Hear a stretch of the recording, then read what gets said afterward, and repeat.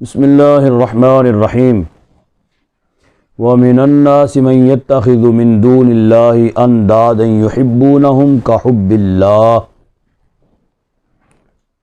اور لوگوں میں سے من يَتَّخِذُ جو بناتے ہیں من دون اللہ اللہ کے سوا اندادا شریک، جو اللہ کے سوا شریک بنا لیتے ہیں اور معبود بنا لیتے ہیں، یحبونہم محبت کرتے ہیں ان سے، کحب اللہ جیسے محبت کرتے ہیں اللہ سے، والذین آمنوا اشد حبا للہ، اور ایمان والے زیادہ سخت محبت کرتے ہیں اللہ سے، ٹھیک ہے، اللہ کے لیے ایمان والوں کو زیادہ محبت ہے۔ وَلَوْ يَرَى الَّذِينَ ظَلَمُوا، اور اگر دیکھیں ظالم لوگ، اِذْ يَرَوْنَ الْعَذَابَ جب عذاب کو دیکھیں گے، ان القوۃ للہ جمیعا بے شک ساری قوت ساری طاقت اللہ کے لیے ہے، وَأَنَّ اللَّهَ شَدِيدُ الْعَذَابِ، اور بے شک اللہ سخت عذاب دینے والا ہے۔ یعنی بعض لوگ جو بتوں کو پوجتے ہیں اور بعض مورتیاں بنا لیتے ہیں، کوئی تصویر بنا لیتے ہیں، کوئی بھی بت بنا کے سامنے رکھ کے اس کو پوجنا شروع ہو جاتے ہیں، یا اس کے علاوہ غیر خدا میں سے کسی بھی چیز کی پوجا کرنا شروع ہو جاتے ہیں، چاند سورج ستاروں کی پوجا کرتے ہیں، درختوں کی پتھروں کی پوجا کرتے ہیں، اور وہ خیال کرتے ہیں کہ یہ ہمارا خدا ہے، اور بعض یہاں تک بول دیتے ہیں کہ جیسے مسلمانوں کا خدا ہے ایسے ہی ہمارا خدا ہے، یہ تو بس ایک نشانی ہم نے سامنے رکھی ہے، جی کم از کم خدا جو ہے وہ نظر تو آنا چاہیے نا، کہ جس کی ہم پوجا کر رہے ہیں وہ ہمیں نظر تو آئے۔ تو وہ جو ہے اب ایک ایک بندے نے، ایک ایک مشرک نے کئی کئی خدا بنائے ہوئے ہوتے ہیں، یعنی گھر میں جو ہے اس کو پوجنے کے لیے اور خدا ہوں گے، کسی اور مقام پہ جائیں گے تو وہاں پہ اور خدا ان کے ہوں گے، جی ان کے مندروں میں اور خدا ہوں گے، تو کئی کئی خدا انہوں نے گھڑے ہوئے ہوتے ہیں اور بنائے ہوئے ہوتے ہیں، اپنے ہاتھوں سے انہوں نے تراشے ہوئے ہوتے ہیں، اپنے ہاتھوں سے بنائے ہوئے ہوتے ہیں، اور پھر یوں خیال کرتے ہیں کہ ہم اللہ کی جیسے اللہ کے ساتھ محبت کرتے ہیں ایسے اس کے ساتھ پھر وہ محبت کا اظہار کرتے ہیں،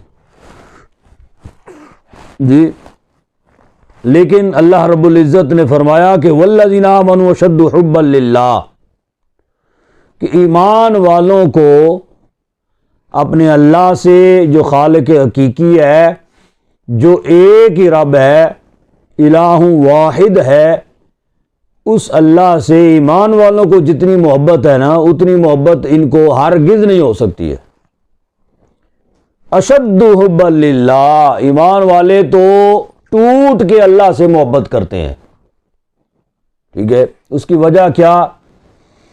اب ایک بندے نے کئی کئی خدا بنائے ہوئے ہوں گے اور کئی خداؤں کی اس نے پرستش کی ہوگی، تو ظاہر سی بات ہے کہ پھر محبت جو ہے وہ بٹ جاتی ہے نا، اس کے ساتھ بھی محبت ہوگی، اس کے ساتھ بھی ہوگی، اس کے ساتھ بھی ہوگی، محبت تقسیم ہو جاتی ہے۔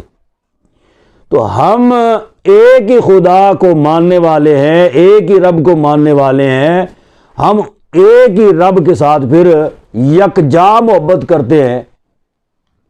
تو یقینی بات ہے کہ جب جو محبت تقسیم ہو جائے تو وہ تو تقسیم ہو جاتی ہے نا، وہ ساری محبتیں ملا کے ہم ایک ہی رب کے ساتھ جو ہے نا وہ محبت کرتے ہیں اور محبت کا اظہار کرتے ہیں۔ تو یقینی بات ہے کہ پھر ایمان والوں کو اپنے رب کے ساتھ جو محبت ہے وہ زیادہ ہو سکتی ہے، اور یقینی بات ہے کہ زیادہ ہوتی ہے۔ اور ہمارے کئی جو لیڈر ہیں جی، ہمارے بڑے ملک کے جو سربراہان ہوتے ہیں، وہ پھر ایسی ایسی باتیں جو ہیں نا خرافات پر مبنی وہ کر جاتے ہیں۔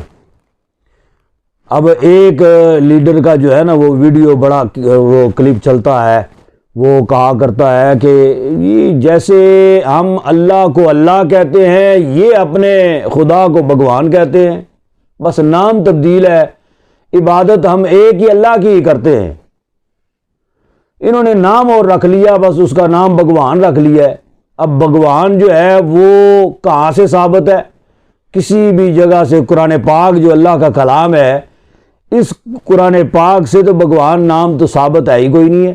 جہاں پہ بھی اللہ تبارک و تعالیٰ اپنا نام لیتا ہے اللہ اللہ، کہ اللہ مطلب خدا جو ہے وہ اللہ ہی ہے، بھگوان خدا نہیں ہو سکتا۔ یہ تو وہ ایسے ایسے جو ہے نا وہ خرافات صرف ان کو خوش کرنے کے لیے، ان کو راضی کرنے کے لیے۔ تو یہ جب اللہ تبارک و تعالیٰ کے ساتھ ایمان والے محبت کرتے ہیں تو وہ اپنا سب کچھ اللہ کے لیے قربان کرنے کے لیے تیار ہو جاتے ہیں۔ اور دوسری بات یہ ہے، یہ پجاری جو ہیں، یہ شرک کرنے والے جو ہیں، یہ اپنے بتوں کی جو پوجا کرتے ہیں ان کو راضی کرنے کے لیے یا ان کی رضا کے لیے نہیں کرتے کہ یہ راضی ہو جائیں، وہ اپنے دنیاوی مقاصد کے لیے کرتے ہیں، اپنا مطلب نکالنے کے لیے، مطلب پورا کرنے کے لیے ان کی پوجا کرتے ہیں۔ جبکہ ہم رب العزت کے ساتھ جو محبت کرتے ہیں وہ اپنے مقاصد یا اپنے مطلب کو پورا کرنے کے لیے نہیں، بلکہ ہم اللہ رب العزت سے محبت فقط اس وجہ سے کرتے ہیں کہ اللہ راضی ہو جائے، یہ اس کی رضا کے لیے، اس کی خوشنودی کے لیے ہم کرتے ہیں۔ جب اللہ راضی ہو جائے گا تو پھر ہمارے دنیاوی کام جو ہے نا یہ سارے کے سارے رب العزت ویسے ہی فرما دے گا، ٹھیک ہے۔ اور پھر فرمایا کہ یہ لوگ یہ بتوں کے پجاری جو ہیں، یہ پھر جب فرمایا کہ یہ ولو یر الذین ظلموا، اللہ نے ان کو ظالم فرمایا ہے کہ یہ ظالم لوگ ہیں جو کئی کئی بتوں کے پجاری ہیں، کئی کئی خدا انہوں نے بنائے ہوئے کہ یہ ظالم لوگ ہیں۔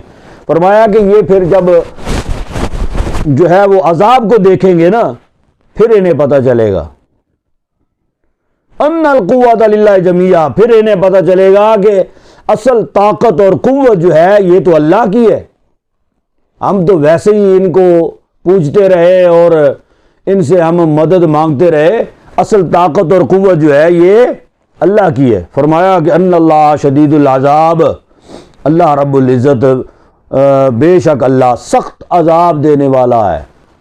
اور یہ بات ذہن نشین رکھے کہ اللہ کا عذاب کوئی ٹال نہیں سکتا۔ اذ تبرأ الذین اتبعوا من الذین اتبعوا ورأوا العذاب وتقطعت بہم الاسباب، جب تبرع بیزار ہوں گے، ٹھیک ہے، غور سے سبق اگر آپ یہیں سے سن کے جائیں نا تو یہیں بیٹھے بیٹھے آپ کو یاد بھی ہو جائے، ٹھیک ہے۔ الفاظ پہ غور کریں، کس لفظ کا کون سا معنی ہے اس پہ غور کریں، یہیں بیٹھے ہی آپ کو یاد ہو جائے، یاد کرنے کی بھی ضرورت نہ پڑے آپ کو۔ دوسرے دن آپ نے نہیں بھی یاد کیا نا تو آپ کو یہ کہنے کی ضرورت نہیں پڑے گی کہ یاد کوئی نہیں ہے، بلکہ آپ کم از کم کوشش کریں گے، یہ یاد نہیں کیا تو چلیں کوشش تو کرتا ہوں نا۔ آپ پڑھنا شروع کریں، ترجمہ کرنا شروع کریں، کوئی ضروری تو نہیں نا کہ ہر لفظ کا معنی جو ہے نا وہ آپ کو ازبر ہو جائے، جی کمی بیشی رہ جاتی ہے، لیکن بندہ ساتھ ساتھ بتا دیتا ہے، ایسی کوئی بڑی بات نہیں ہے۔ اس تبرع الذی، جب بیزار ہوں گے، تبرع کا معنی بیزار ہونا، جب بیزار ہوں گے، نتبعو، وہ جو پیروی کیے گئے، ٹھیک ہے، ایک ہے تابعو، ایک ہے توبیعو۔ توبیعو اوپر پیش آ گئی، اس کا معنی ہوتا ہے جس کی پیروی کی گئی ہے۔ تابعو کا معنی پیروی کرنے والا، ٹھیک ہے، تو توبیعو جس کی پیروی کی گئی ہے، یعنی بیزار ہوں گے جس کی پیروی کی گئی ہے، یعنی وہ پیشوا ان کے جو ہیں، ٹھیک ہے، وہ بت جس کی وہ پوجا کرتے رہے ہیں نا، وہ بروز قیامت پھر بیزار ہو جائیں گے۔ توبیعو، جب بیزار ہوں گے پیشوا یعنی جس کی پیروی کی گئی ہے، من الذین اتبعوا، ان سے جنہوں نے پیروی کی، ورأوا العذاب، اور دیکھیں گے عذاب کو، وتقطعت بہم الاسباب، اور کٹ جائیں گی یا ٹوٹ جائیں گی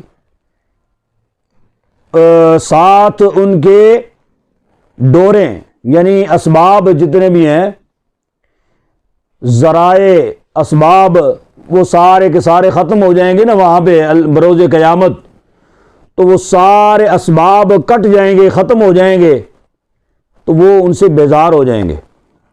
وقال الذین اتبعوا، یعنی اس کا مطلب کیا ہے، بروز قیامت اللہ رب العزت ان سے، یعنی جن کی وہ پوجا کرتے رہے ہیں نا، ان بتوں سے اللہ تبارک و تعالیٰ پوچھے گا کہ تم لوگوں کی یہ عبادت کیوں کرتے رہے، تمہیں کیوں پوچھتے رہے، تو وہ جب وہاں پہ دیکھیں گے نا عذاب ہے، دوزخ ہے، اس دوزخ میں ہمیں بھی ڈال دیا جائے گا، جی، تو وہ پھر بیزاری کا اظہار کریں گے، وہ کہتے ہیں نا یہ ساڈا کچھ نہیں لگتا، جی، جدوں یہ جا کوئی وقت آتا ہے، بعض اوقات ایسے ہوتا ہے نا، تو یعنی کسی جگہ پہ بندہ پھنس جائے تو وہ پھر جو ساتھ ہوتا ہے نا اس سے بھی چھان بین تو کی جاتی ہے نا، ہاں بھائی تم یہ نال سے، اس وقت وہ بندہ کہ نہیں میں تو کچھ نہیں لگتا، میں ویسے گزر رہا تھا جناب علی، ہاں جی،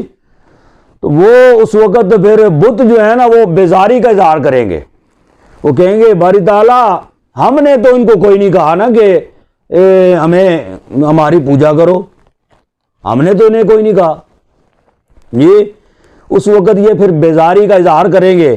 ورأوا العذاب، جب عذاب کو دیکھیں گے، اور وہاں پہ یہ جتنے اسباب ہیں وہ سارے کے سارے ختم ہو جائیں گے، وہ سمجھیں گے کہ ان کو نہیں وس نہیں چلنا، جی، تو وہ پھر اس وقت بیزاری کا اظہار کریں گے، اور کیا کہیں گے، وقال الذین اتبعوا، وہ یہ پھر جب وہ بیزاری کا اظہار کریں گے نا بت، یہاں تک کہ چاند سورج ستارے بھی، جس کی پوجا جو ہے نا یہ لوگ کرتے رہے ہیں نا، تو اللہ تبارک و تعالیٰ ان تمام چیزوں کو بھی جمع کرے گا وہاں پہ، اور ان سے پوچھے گا، چاند سورج ستاروں سے بھی پوچھے گا، درختوں سے پوچھے گا کہ تمہیں یہ پوچھتے رہے تو اب بتاؤ کیا یہ ٹھیک کرتے رہے، تو پھر وہ بیزاری کا اظہار کریں گے۔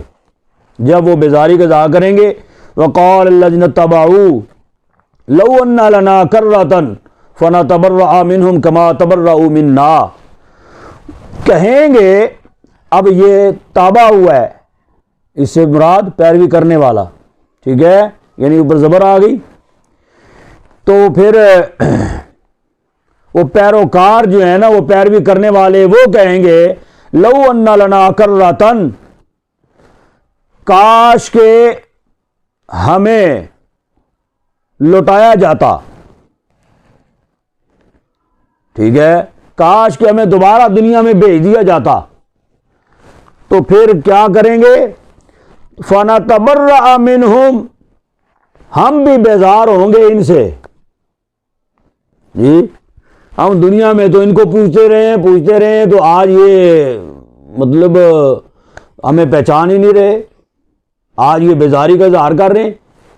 تو کاش کہ ہمیں دوبارہ دنیا میں بھیجا جاتا نا، فَنَتَبَرَّأَ مِنْهُمْ، ہم بھی پھر ان سے بیزاری کا اظہار کرتے، ہم بھی کہتے ہیں ٹھیک ہے جی، ہم پھر جو ہے وہ ان کو نہ پوچھتے. کما تبرؤ منا، جیسے کہ بیزاری کا اظہار انہوں نے کیا ہم سے، یعنی جیسے بیزار ہوئے ہم سے، جیسے یہ ہم سے بیزار ہوئے ہم بھی بیزار ہو جاتے.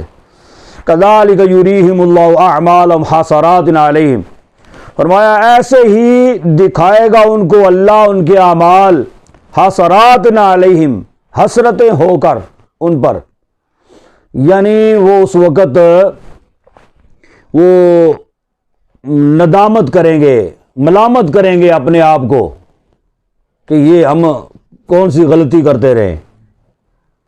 وما بخارجین من النار، اور نہیں ہے وہ آگ سے نکلنے والے،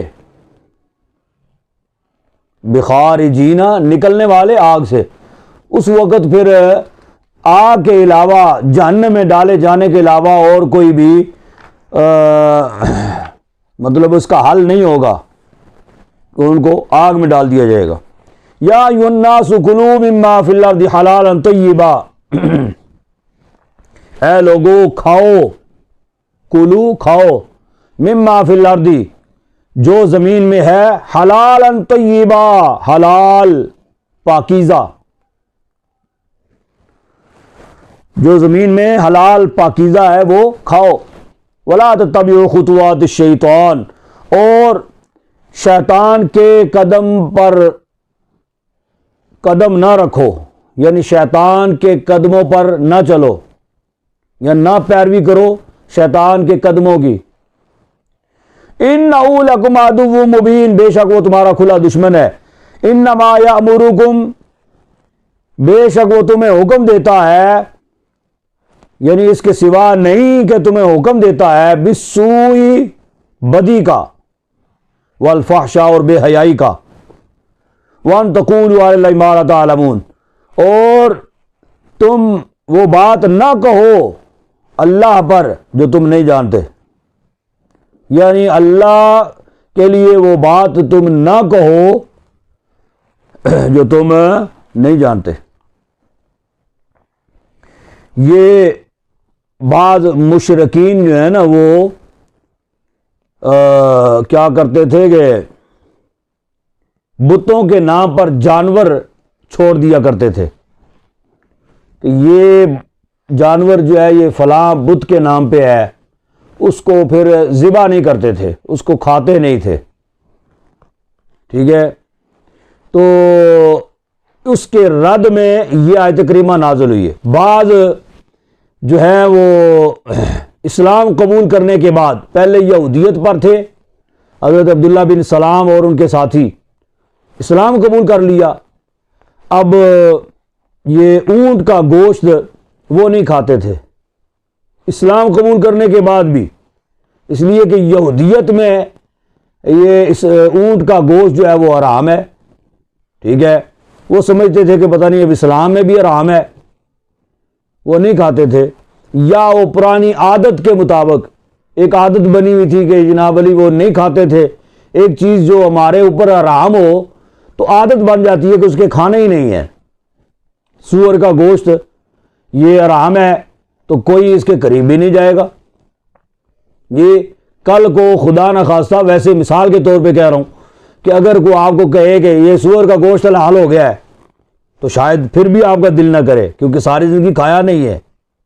جی تو اونٹ کا گوشت جو ہے اونٹ کا گوشت یہ یہودیت میں تو نہیں کھایا جاتا تھا، لیکن اسلام میں یہ حلال ہے.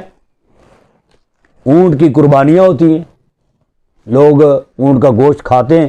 بالخصوص عرب کے علاقوں میں اونٹ بڑی محبوب گوشت ہے یہ ان لوگوں کا جی. تو لہذا یہ نہیں کھاتے. تو یہ آیت کریمہ اللہ تبارک و تعالیٰ نے اس لیے نازل فرمائی جس میں فرمایا گیا کہ جو حلال طیب چیز ہے، جو پاکیزہ چیز ہے، وہ تم کھاؤ. تم کیوں نہیں کھاتے ہو؟ ٹھیک ہے، یہ مطلب یہودیت میں وہ تھا تو الگ بات ہے، لیکن اسلام میں وہ چیز جائز ہے تو پھر حلال ہے تو تم کھاؤ. اور شیطان کے قدموں پر نہ چلو. یعنی اس کا مطلب کیا ہے کہ شیطان تمہارے دل میں وسوسے جو ڈالتا ہے اس کے وسوسوں پر تم دھیان نہ دو، اس لیے کہ وہ تمہارا کھلا دشمن ہے، اس لیے کہ وہ تمہیں برائی کا، گناہ کا حکم دیتا ہے، بے حیائی کا حکم دیتا ہے. تو لہذا جو اللہ تبارک و تعالیٰ نے حلال کیا ہے وہ تمہارے لیے حلال ہے، جو حرام کیا ہے وہ حرام ہے. وَأَن تَقُولُوا عَلَى اللَّهِ مَا لَا تَعْلَمُونَ. جو اللہ تبارک و تعالیٰ نے یعنی بلا وجہ جو بات تم نہیں جانتے ہو وہ اللہ کے لیے اللہ پر چسپاں کیوں کرتے ہو؟ وَأَن تَقُولُوا، نہ کہو اللہ پر وہ بات جو تم نہیں جانتے. ٹھیک ہے جی. آگے وَإِذَا قِيلَ لَهُمُ اتَّبِعُوا مَا أَنزَلَ اللَّهُ قَالُوا بَلْ نَتَّبِعُ مَا أَلْفَيْنَا عَلَيْهِ آبَاءَنَا. اور جب کہا جاتا ان سے پیروی کرو جو نازل کیا اللہ نے، قالو کہتے، بل نتبع، بلکہ ہم پیروی کریں گے، ما الفینا، جو جس پر پایا ہم نے، علیہ، جس پر پایا ہم نے، آباءنا، اپنے آباء و اجداد کو. ٹھیک ہے، جب انہیں کہا جاتا نا جو اللہ نے نازل کیا ہے اس کی پیروی کرو، وہ کہتے کہ ہم اس کی پیروی کریں گے جس پر ہم نے اپنے آباء و اجداد کو پایا ہے. ہمیں اس سے غرض نہیں ہے جو اللہ نے نازل کیا ہم اس کی پیروی کریں. لیکن ان کی حیثیت کیا تھی ان کے آباء و اجداد کی؟ فرمایا اولو کان آباؤہم، اگرچہ ہوں ان کے آبا یعنی ان کے باپ دادا جو ہیں، لا یعقلون شیئا، نہ عقل رکھتے ہوں، ولا یہتدون، نہ ہدایت رکھتے ہوں. یعنی ان کے باپ دادا جو ہیں وہ عقل و خرد سے فارغ تھے جی، نہ ہدایت رکھتے تھے نہ عقل رکھتے تھے، پھر بھی یہ کیا کہتے ہیں کہ ہم اپنے باپ دادا کے طریقے پر چلیں گے، جس پر ہم نے ان کو پایا اس پر ہم چلیں گے. پھر اللہ رب العزت ان کی مثال آگے ارشاد فرما رہا ہے، وَمَثَلُ الَّذِينَ كَفَرُوا كَمَثَلِ الَّذِي يَنْعِقُ بِمَا لَا يَسْمَعُ إِلَّا دُعَاءً وَنِدَاءً. اور مثال ان لوگوں کی، ان کافروں کی ایسی ہے، کمثل الذی، ایسی مثال ہے، ینعق، جو پکارے، آواز دے، بما لا یسمع، اس کو جو نہیں سنتا، جو نہیں سنتا، الا دعاء و نداء، یعنی اور مگر، الا دعاء و نداء، مگر چیخ و پکار، یا سوائے چیخ و پکار کے، سوائے چیخ و پکار کے وہ نہیں سنتا. یعنی ان کی مثال ایسے ہے جیسے، یعنی کوئی جانور ہے نا، جانور کو آپ جیسے ہم بات کرتے ہیں اس طرح بات کریں گے تو اس کو سمجھ نہیں آئے گی. اس کی زبان میں کچھ مخصوص جو ہے نا وہ آوازیں ہوتی ہیں. یہ گدھا ہے اس کو بلانے کی مخصوص آواز ہے، بلی ہے اس کو بلانے کی مخصوص آواز ہے، کتا ہے اس کو بلانے کی مخصوص آواز ہے. جب اس کی آواز میں، مخصوص آواز میں اس کو پکارا جائے گا تو اسے پتہ چل جائے گا مالک نے مجھے بلایا ہے۔ لیکن آپ اس کو کہیں او گدھے، حالانکہ ہے تو وہ گدھا ہے نا، گدھے، اس کو اس طرح کر کے بلائیں وہ نہیں سنے گا۔ کتا ہے تو اس کو کہیں او کتے، نہیں سنے گا۔ اس کی مخصوص آواز جو ہے اس میں اس کو بلائیں گے نا تو وہ پھر سنے گا۔ ٹھیک ہے نا؟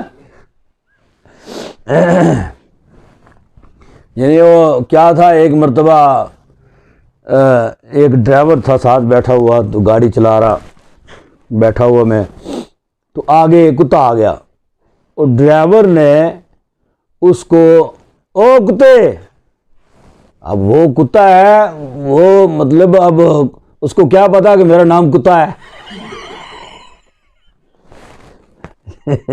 جی اب اس کی آواز میں یا ہارن شارن دیں تو وہ چلیں اس کو آواز کچھ آ جائے گی۔ تو فرمایا یہ کافر لوگ جو ہیں، یہ آواز، یہ ان کو تبلیغ جو ہے نا، یہ قرآن اور حدیث آپ ان کو سنائیں گے تو یہ قرآن و حدیث ان کے لیے ایسے ہی ہے جیسے کسی جانور کو پکارنا۔ یہ اس کو آواز تو آئے گی جانور کو، لیکن سمجھے گا نہیں کہ مجھے کیا کہا گیا ہے۔ ٹھیک ہے؟ ایسے ہی کافروں کی مثال ہے۔ کافر جو ہیں وہ سنتے تو ہیں، قرآن بھی سن لیں گے، حدیث بھی سن لیں گے، لیکن کوئی بھی بات ان کے پلے نہیں پڑے گی، ان کے وہم و گمان میں، دماغ میں اترے گی نہیں۔ صم بکم عمی فہم لا یعقلون، بہرے، گونگے، اندھے، پس کچھ بھی عقل نہیں رکھتے۔ ٹھیک ہے؟ یعنی حضور اقدس صلی اللہ علیہ وسلم نے ایک مرتبہ جب یہود کو اسلام کی دعوت دی نا، تو یعنی اسلام کی طرف انہیں بلایا، عذاب الہی سے ان کو ڈرایا، تو بعض یہود جو تھے نا، وہ حضور نبی کریم صلی اللہ علیہ وسلم کو کہنے لگے کہ جی ہم تو اپنے آباء و اجداد، اپنے باپ دادا کے دین پر قائم ہیں، ہم اسی پر چلیں گے۔ ٹھیک ہے؟ اس لیے کہ ہمارے آباء و اجداد وہ کہا کرتے تھے کہ بڑے وہ سیانے تھے، بڑے سمجھدار تھے، بڑے فہم و فراست والے تھے، جی بڑے دانا تھے وہ، ہمارے آباء و اجداد جو تھے، ہمارے باپ دادا جو تھے، تو جس دین پر وہ قائم تھے ہم ہی اسی دین پر قائم ہیں، تو لہٰذا ہم اسی پر ہی چلیں گے۔ تو یہ آیت کریمہ اللہ تبارک و تعالیٰ نے تب نازل فرمائی جس میں بتایا گیا یہ ایسے بدبخت ہیں، اور پھر ان کو مثال کے ذریعہ سے اللہ تبارک و تعالیٰ نے جو ہے نا وہ سمجھایا۔ یا ایھا الذین آمنوا کلوا من طیبات ما رزقناکم واشکروا للہ ان کنتم ایاہ تعبدون، اے ایمان والو کھاؤ ستھری چیزوں میں سے، ما رزقناکم جو ہم تمہیں دیتے ہیں، واشکروا للہ اور شکر ادا کرو اللہ کا، ان کنتم ایاہ تعبدون اگر تم اسی کی عبادت کرنے والے ہو، اسی کو پوجتے ہو۔ ٹھیک ہے؟ لہذا اللہ تبارک و تعالی ہمیں صاف ستھری چیز، پاکیزہ چیز کے کھانے کا حکم ارشاد فرماتا ہے۔ ٹھیک ہے نا؟ لہذا کھانے پینے کے لحاظ سے ان چیزوں، ستھری چیزوں کی جانچ پڑتال کر کے کھانا یہ ہم پر لازم ہے، ایک مسلمان ہونے کے ناطے یہ ضروری ہے، لازم ہے کہ آیا یہ چیز جو ہے یہ ہمارے لیے حلال بھی ہے یا نہیں ہے، جی یہ چیز ہمارے لیے صاف ہے، ستھری ہے یا نہیں ہے۔ تو یہ جانچ پڑتال کرنا ہمارے لیے ضروری ہے۔ فرمایا اگر تم اسی کی عبادت کرتے ہو ان چیزوں کا خیال رکھنا تمہارے لیے ضروری ہے، اور پھر یہ بھی ضروری ہے جو بھی پاک صاف حلال چیز تم کھاؤ، کھانے کے بعد پھر شکر بھی ادا کرو اللہ تبارک و تعالیٰ کا، بعد میں دعا کرو، شکریہ کلمات اللہ رب العزت کی بارگاہ میں پیش کرو، شکر ادا کرنے سے اللہ تبارک و تعالیٰ اور زیادہ رزق کی فراوانی عطا فرماتا ہے. ٹھیک ہے نا جی. پھر اللہ تبارک و تعالیٰ آگے فرما رہا ہے انما حرم علیکم المیتۃ والدم ولحم الخنزیر وما اہل بہ لغیر اللہ. اس کے سوا نہیں کہ حرام ہے تم پر میتۃ مردار، والدم اور خون، ولحم الخنزیری اور خنزیر کا گوشت یعنی سور کا گوشت، وما اہل بہ لغیر اللہ اور جو غیر خدا کا نام لے کر ذبح کیا گیا ہو. ٹھیک ہے، وما اہل اور جو ذبح کیا گیا ہو بھی اس کو لغیر اللہ غیر خدا کے نام سے. فمن اضطر غیر باغ ولا عاد فلا اثم علیہ، پس جو مجبور ہو،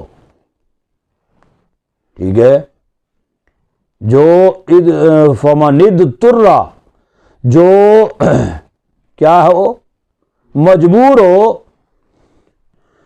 تو کیا ہے کہ وہ خواہش سے نہ کھائے، غیر باغن نہ خواہش کرے، ولا عاد نہ حد سے بڑھے، فلا اسم علیہ تو اس پر کچھ گناہ نہیں. ان اللہ غفور الرحیم، بے شک اللہ بخشنے والا مہربان ہے. اب اللہ تبارک و تعالیٰ نے پیچھے یہ حکم فرمایا کہ حلال چیزیں، صاف ستھری چیزیں جو ہیں وہ تم کھاؤ، اور پھر آگے رب العزت حرام چیزوں کی بھی نشاندہی فرما رہا ہے. ٹھیک ہے، یعنی یہ جو حرام تم پر کیا گیا ہے ان حرام چیزوں سے تم اجتناب کرو، یہ تمہارے لیے حرام ہے، یہ تم نہیں کھا سکتے. اس کے علاوہ جو اللہ نے رزق دیا، جو اس زمین میں سے نکلا ہو یا جانوروں چوپایوں کے ذریعہ سے ہو، حلال ہو، وہ سارا کچھ کھانے کا حکم ہے. فرمایا کہ تم پر حرام ہے کیا؟ مردار. اس مردار سے مراد کیا ہے؟ یعنی مردار سے مراد جو حرام جانور ہیں وہ بھی ہو سکتے ہیں، اور اس مردار سے مراد وہ بھی ہے کہ ہو حلال، ہو وہ حلال، یعنی بکری ہے، گائے ہے، حلال جانور ہے نا، لیکن بغیر ذبح کے خود ہی مر جائے.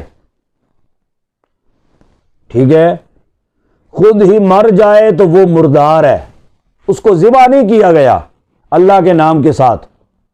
ٹھیک ہے، وہ خود ہی مر گیا تو وہ کیا ہے؟ مردار ہے. اور یعنی کوئی جانور گر کے مر گیا، کوئی چوٹ لگنے سے مر گیا، کسی دوسرے جانور کے ساتھ لڑتے ہوئے سینگ لگنے سے مر گیا، اب اس کی جان نکلنے سے پہلے اگر اس کو ذبح کر لیا گیا ہو تو وہ حلال ہے.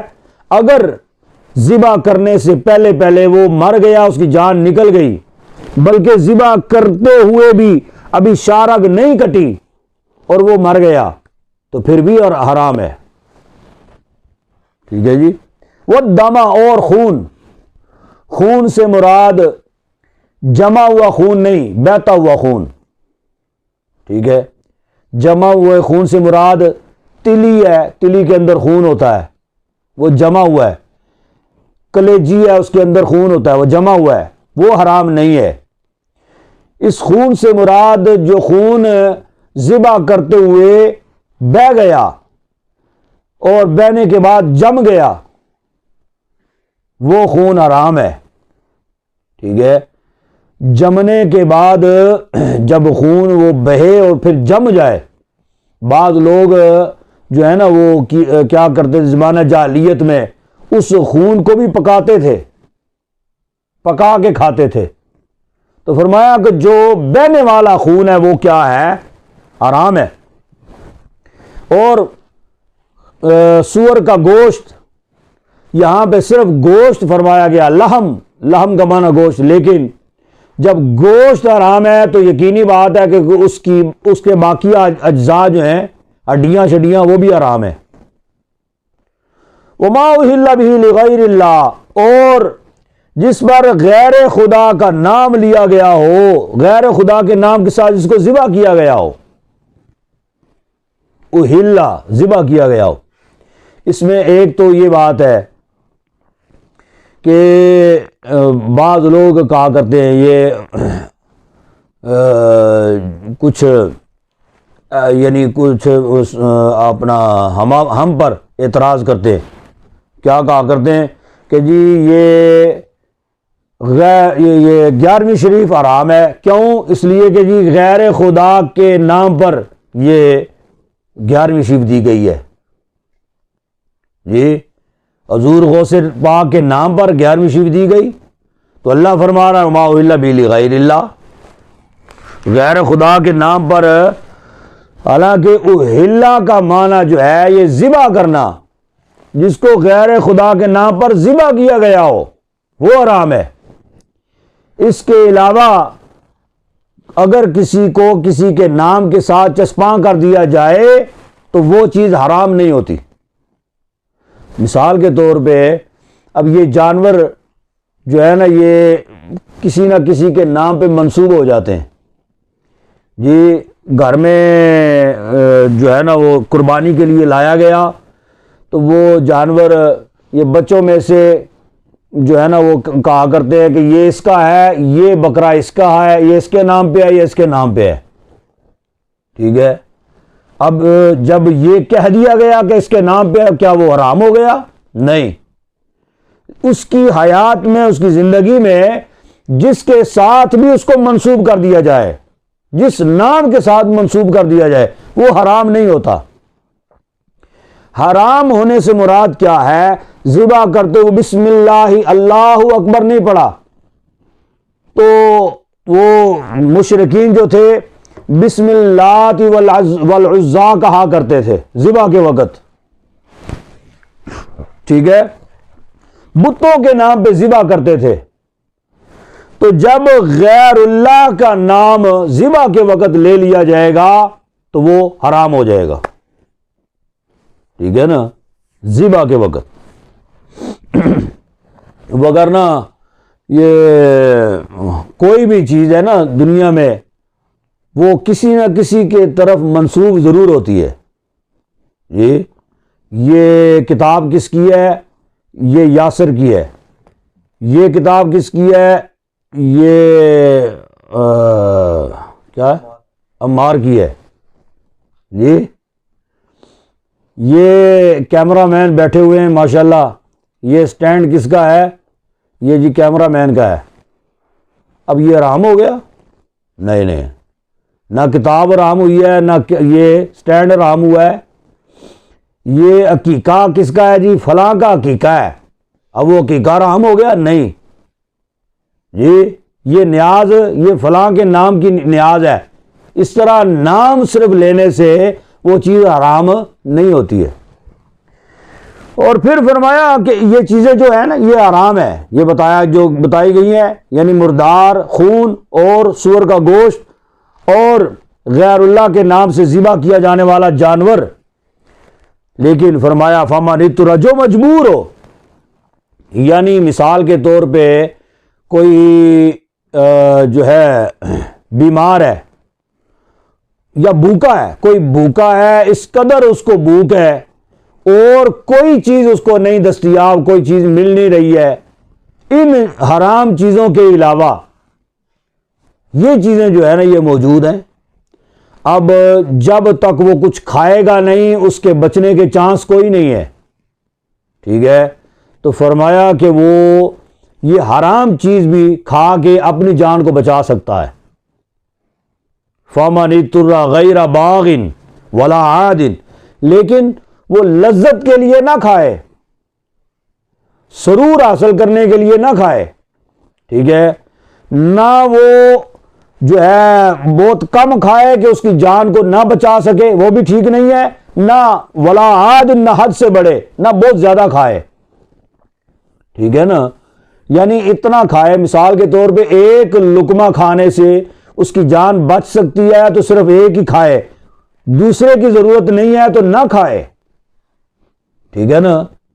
ایسے ہی بیمار ہے کسی طبیب نے جو حقیقتاً مستند طبیب ہے، تو وہ اگر اس کو کہے، اس کو بتائے کہ فلاں حرام چیز جو ہے، مثال کے طور پہ شراب حرام ہے جی، تو وہ کہے کہ جی فلاں دوائی کے اندر شراب جب تک نہیں ملائی جائے گی آپ کے لیے دوا مؤثر نہیں ہوگی، دوا جو ہے وہ اثر نہیں کرے گی، یا ان حرام چیزوں میں سے آپ اگر فلاں چیز وہ حرام ہے لیکن آپ کی جان کو وہی چیز بچا سکتی ہے بس، اور اس کے علاوہ کوئی دوا اثر نہیں کر سکتی، اب اس ڈاکٹر کے کہنے پہ، اس طبیب کے کہنے پہ ان چیزوں میں سے اپنی جان کو بچانے کے لیے وہ جو ہے وہ مطلب مناسب چیز وہ کھا سکتا ہے۔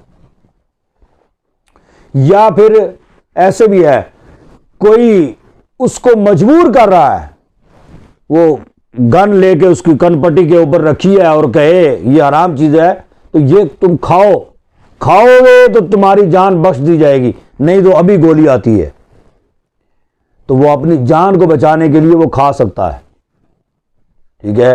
فَمَنِ اضْطُرَّ غَيْرَ بَاغٍ وَلَا عَادٍ فَلَا إِثْمَ عَلَيْهِ، اس کا یہ معنی ہے فلا اسم علیہ، اس پر کچھ گناہ نہیں ہے، پھر فلا اسم علیہ، اس پر کچھ گناہ نہیں۔ ان اللہ غفور رحیم، بے شک اللہ بخشنے والا مہربان ہے۔ ان الذین یکتمون ما انزل اللہ من الکتاب ویشترون به ثمنا قلیلا، وہ لوگ جو چھپاتے ہیں جو نازل کیا اللہ نے کتاب سے، ویشترون به ثمنا قلیلا، اور اس کے بدلے تھوڑے دام لیتے ہیں، ذلیل دام لیتے ہیں۔ اولئک ما یاکلون فی بطونہم الا النار ولا یکلمہم اللہ یوم القیامۃ ولا یزکیہم ولہم عذاب علیم، یہی وہ لوگ ہیں جو کھاتے ہیں اپنے پیٹوں میں، اس کھانے سے مراد کیا، بھرتے ہیں اپنے پیٹوں میں، الا النار، مگر آگ بھرتے ہیں، ولا یکلمہم اللہ یوم القیامۃ، اور نہ کلام کرے گا اللہ ان سے قیامت کے روز، اور نہ انہیں ستھرا کرے گا، وَلَهُمْ عَذَابٌ علیم، ان کے لیے دردناک عذاب ہے، ٹھیک ہے۔ یعنی وہ لوگ جو اللہ کی اتاری ہوئی چیز میں سے، یعنی اللہ کے نازل کردہ کتاب میں سے جو چھپاتے،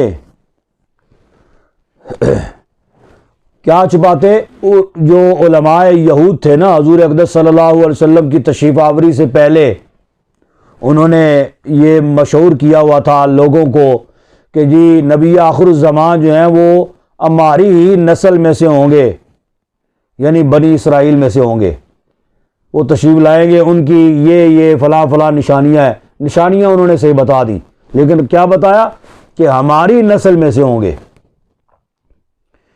اب وہ لوگ جو ہے نا، وہ نبی آخر الزمان صلی اللہ علیہ وسلم کا ذکر سننے کے لیے، ان کی صفات سننے کے لیے انہیں نذرانے دیتے تھے، انہیں پیسہ روپیہ دیتے تھے، ٹھیک ہے، ان کا گویا کہ ایک قسم کا کاروبار بنا ہوا تھا، روزگار بنا ہوا تھا۔ تو لیکن حضور اقدس صلی اللہ علیہ وسلم کی تشریف آوری بنی اسماعیل میں سے ہو گئی۔ جب بنی اسماعیل میں سے ہو گئی، اب انہوں نے کیا کیا، لوگوں نے پوچھا نا کہ جی مشہور ہے کہ یہ نبی آخر الزمان صلی اللہ علیہ وسلم کی تشریف آوری ہو گئی ہے، اب وہ اگر مان جاتے تو کہ نبی آخر الزمان تو بنی اسماعیل میں سے تشریف لے آئے، ان کے خاندان، ان کی نسل میں سے نہیں آئے، تو پھر ان کی جو عزت اور تکریم تھی، جو تعظیم ان کی لوگ کرتے تھے، اس میں یقیناً فرق پڑ جاتا جی، اس لیے کہ خاندان جو ہے وہ مطلب اصل معتبر وہ ہے جی، خاندان کی عزت، ایک شخصیت کی عزت خاندان کے ساتھ ہوتی ہے، ٹھیک ہے نا۔ تو جب نبی آخر الزمان اگر بنی اسرائیل میں سے تشریف لاتے تو پھر ان کی عزت و تکریم جو ہے وہ بدستور برقرار رہتی۔ اب آپ تشریف لے آئے بنی اسماعیل میں سے، ان کی عزت و تکریم میں فرق آنا شروع ہو گیا۔ انہوں نے کیا کیا، کہا کہ جی یہ تو وہ ہے ہی نہیں ہے، جی جن کا نبی آخر الزمان صلی اللہ علیہ وسلم کا جن کی صفات ہماری تورات میں ہے نا، یہ وہ نہیں ہے، وہ تو ابھی تشریف لانے ہیں، ابھی وہ آئے ہی نہیں ہیں۔ وہ کیوں کہا کرتے تھے؟ اس لیے کہ ہمارے جو نذرانے ہیں نا وہ بند نہ ہو جائیں، تاکہ لوگوں کا تجسس، لوگوں کا انتظار جو ہے وہ برقرار رہے، ہمارے نذرانے بند نہ ہوں۔ تو اس لیے انہوں نے یہ آیت کریمہ اللہ تبارک و تعالیٰ نے اس لیے نازل فرمائی۔ اب اس میں ان لوگوں کو عبرت حاصل کرنی چاہیے جو سید نہیں ہے لیکن اپنے آپ کو حضور کا خاندان کہلاتے ہیں اور بتاتے ہیں۔ زندگی گزر گئی ان کی بغیر سید کے، اب آگے بوڑھے ہو گئے، انہوں نے کہنا شروع کر دیا ہم سید ہیں۔ کس لیے؟ کہ جی اس خاندان کی عزت اور تکریم ہے نا، لوگ اس خاندان کو جو ہے نا وہ عزت کی نگاہ سے دیکھتے ہیں۔ اس خاندان کی، رسول اللہ صلی اللہ علیہ وسلم کے خاندان کی وجہ سے لوگ نذرانے دیتے ہیں، لوگ عقیدت رکھتے ہیں، لوگ سید جو ہو جائے وہ نہ اس کو کہیں سے خلافت ملی ہو نہ کچھ، لوگ ویسے اس کو پیر صاحب کہنا شروع کر دیتے ہیں کیونکہ یہ خاندان رسول ہے، یہ سید ہے۔ ان کو عبرت حاصل کرنی چاہیے۔ یہ طریقہ یہودیوں کا طریقہ ہے جو انہوں نے شروع کر دیا، جو سید نہیں ہے، محض لوگوں کے اندر عزت اور تکریم کی وجہ سے اپنے آپ کو سید کہلانا شروع کر دیا۔ اور پھر اللہ تبارک و تعالی آگے ارشاد فرماتا اولئک الذین اشتروا الضلالۃ بالہدی۔ اب ان کے جو نذرانے ہیں، جو ان کو جو ہے وہ جو نذرانے لوگ دیا کرتے تھے، اس نذرانے کا اللہ تبارک و تعالیٰ نے کیا فیصلہ فرمایا؟ اولئک الذین اشتروا الضلالۃ بالہدی والعذاب بالمغفرہ۔ فرمایا یہ وہ لوگ ہیں جنہوں نے گمراہی خریدی ہدایت کے بدلے۔ اشتروا خریدی ضلالہ گمراہی، بالہدی ہدایت کے بدلے، والعذاب بالمغفرہ اور عذاب کو خریدا بخشش کے بدلے۔ ٹھیک ہے، سید نہیں ہے تو بس سید بن گئے، تو یہ انہوں نے کیا کیا ہے؟ گمراہی خریدی ہے۔ فما اصبرهم علی النار، فرمایا کہ کس نے صبر دلایا ان کو آگ پر، یعنی کس درجہ انہیں آگ سے، اعلیٰ حضرت نے ترجمہ کیا نا سہار ہے، یعنی یہ کام انہوں نے جو کیا ہے، یہ انہوں نے کیا سمجھا کہ آگ ان کو، آگ سے یہ بچ جائیں گے؟ یہ کیسے ہو سکتا ہے؟ ٹھیک ہے نا، یعنی گناہوں میں اس قدر وہ دلیر ہو گئے اور وہ سمجھتے ہیں کہ وہ آگ سے بچ جائیں گے، یہ نہیں ہو سکتا۔ ذالک بأن اللہ نزل الکتاب بالحق، یہ اس لیے ہے کہ اللہ نے نازل کی کتاب حق کے ساتھ۔ وَإِنَّ الَّذِينَ اخْتَلَفُوا فِي الْكِتَابِ لَفِي شِقَاقٍ بَعِيدٍ، اور بے شک وہ لوگ جنہوں نے اختلاف کیا کتاب میں، البتہ وہ دور کے جھگڑالو ہیں۔ ٹھیک ہے جی، وَمَا عَلَيْنَا إِلَّا الْبَلَاغُ۔